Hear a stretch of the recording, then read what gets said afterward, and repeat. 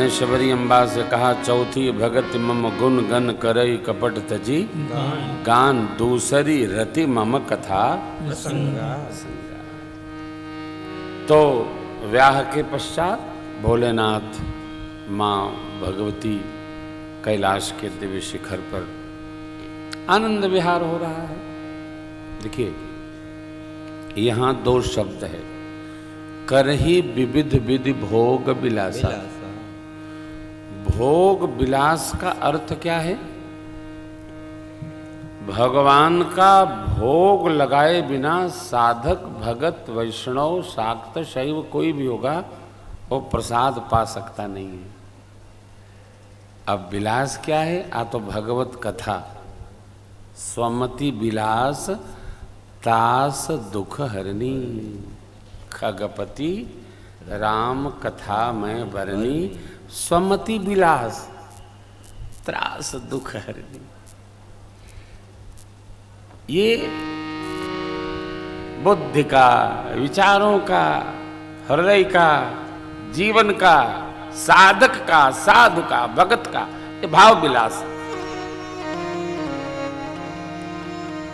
ये कोई महत्व नहीं है कौन सुना रहा है, ये कोई महत्व नहीं है क्या सुना रहा है, बस भगवत कथा हो आनंद। तो शिव जी भक्त हैं, तुम पुनि राम राम दिन राती, सादर जपो अनंग अनंग आराती। हे काम शत्रु, आप दिन रात राम राम राम राम जपते हैं। अब जरा विचार करिए, जो दिन रात राम राम राम राम राम राम जप रहा है उसको संसार की चर्चा का तो कोई अर्थ होगा नहीं। क्या समय नहीं है?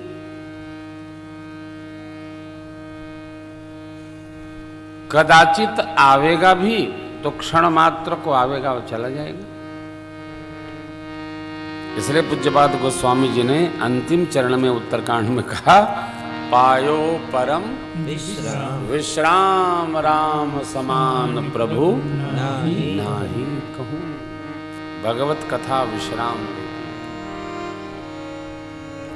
कल आपको स्मरण कराया था, भगवान सुन सेवक सुरतर सुरधेनु, उसी प्रकार भोले बाबा ने कहा, देवी राम कथा सुरधेनु सम, सेवत सब सुख दान, सत समाज सुरलोक सब कौन सुने ऐसे ज्ञान।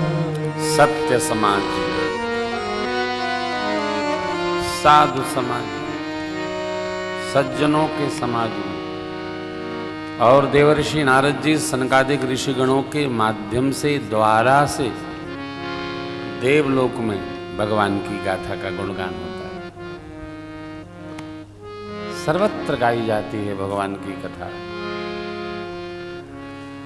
बार बार सनकादिक जाते हैं और अयोध्या जी में मेरे सरकार के पावन दिव्य गुणों का दर्शन करके वहां सुनाते हैं। ये हो रहा है प्रभु, वहां ये कर रहे हैं, ये लीला हो रहा है, ये लीला हो रहा है। दो बातें हृदयस्थ रखिए, कभी भी वर्तमान के कलकाल का जो स्वभाव है इसको देख सुनकर इससे दुखी न होइए।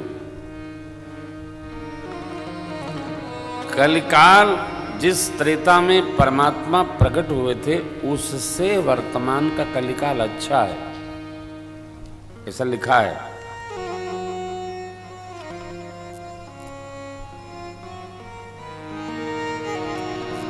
बहुत पहले एक चर्चा आई थी तो मैंने निवेदन किया था, भारत की जो प्रकृति है, मिट्टी, क्षिति, जल, पावक, गगन, समीरा, ये 5 तत्व भारत के,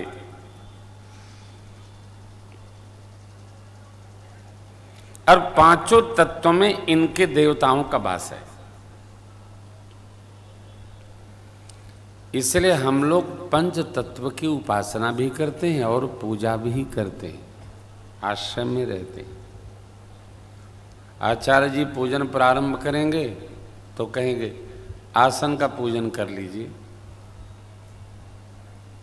आसन का पूजन कर लिया, पृथ्वी तोया धृतालो का, पृथ्वी को प्रणाम कर लीजिए, करा दिया ना। कलश की पूजा क्यों? तो इसमें वरुण देव भगवान जल हैं, इनका पूजन कर लीजिए।